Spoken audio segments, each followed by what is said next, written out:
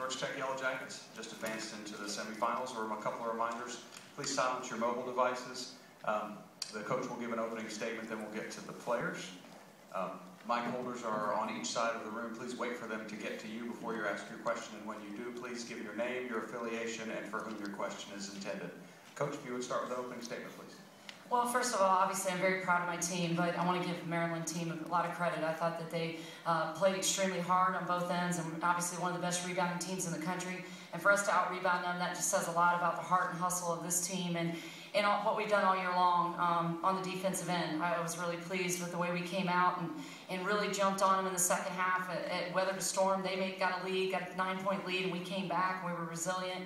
And that just, one of the things that we've worked hard on all year long is being prepared to win against a top 20, top 15 team. And for it to come together today here is just really special for this team. And, all year long we've been challenging Sasha Goodlett. We've talked about having offensive balance. We know we have 2 of the best perimeter players, 3 of the best perimeter players, one of the best backcourts in the ACC.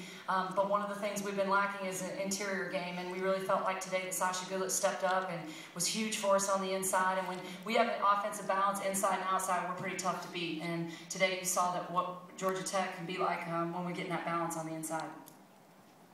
Thanks, Coach. Questions? Okay, you're in the left. David Reynolds with the News and Record. Alex, you didn't get off to the best start shooting, but you closed the game out with, 3 straight field goals, including 2 3-pointers. Were you thinking about those misses at all, I guess, late in the game, wanting to make up for it? No, not really. Coach Joseph told me, keep shooting. She needs me to step up for my team, and that's what I did. Every open shot I got, I shot. So,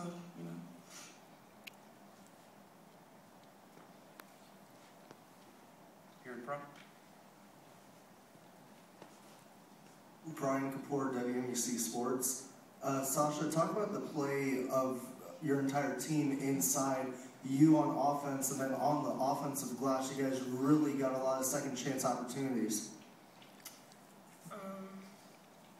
Basically on the inside, our thing was we have the perimeter game. Like Coach has been saying all year, we need an inside presence. And just thinking about the last game, letting my seniors down, coming into this game, I had the mindset that it starts with me, honestly, and that's a responsibility that I have to just embrace. So for our post-game to get off to a great start, then that means I have to be up on my game. So, it really wasn't any pressure. It was just me playing my role on this team. Like Coach tells us all the time, you just got to play your role. And get on the offensive glass, that's what we do.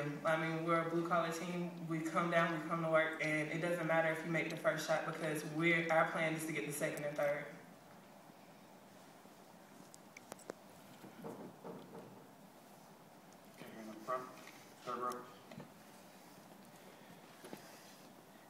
Dan Goldberger, Georgia Tech.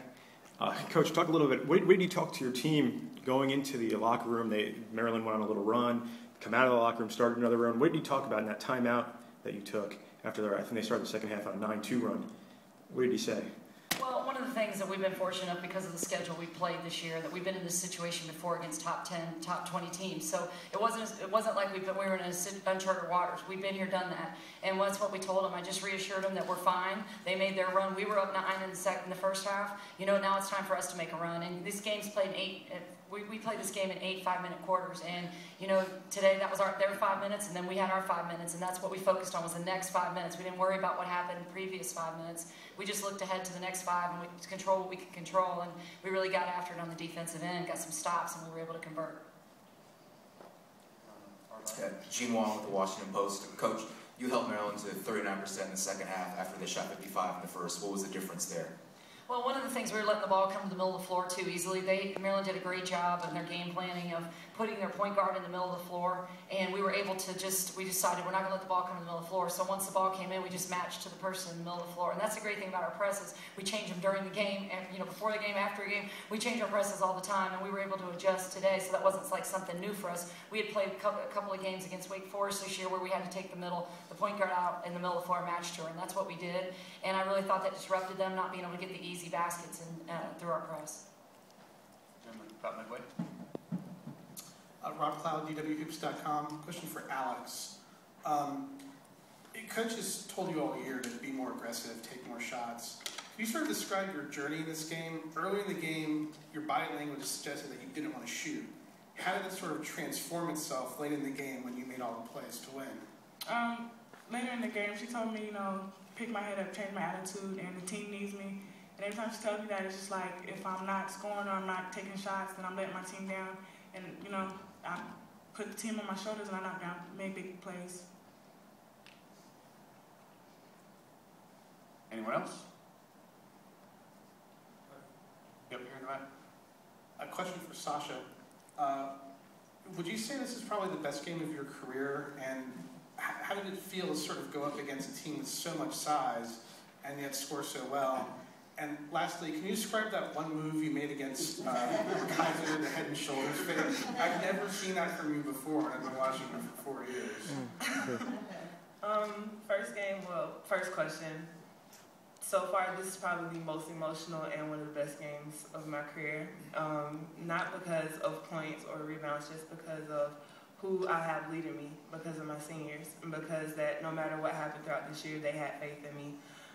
Going against Lynette Kaiser, I give her all the credit. I mean, she's a great post player, and I feel like going into this game that all the pressure was on her. Like, she's the one who had the ending of the season well, and she's the one who had all this hype, so she's the one that has to come out and prove herself. For me, it was me just coming in there and earning respect and saying, hey, I'm here too. So, I mean, I came in with a focus and concentration that I have to let them know who I am after the end of this 40 minutes, and that was my plan the whole time. And last question? I forgot the last question. The move you made? Oh, the move?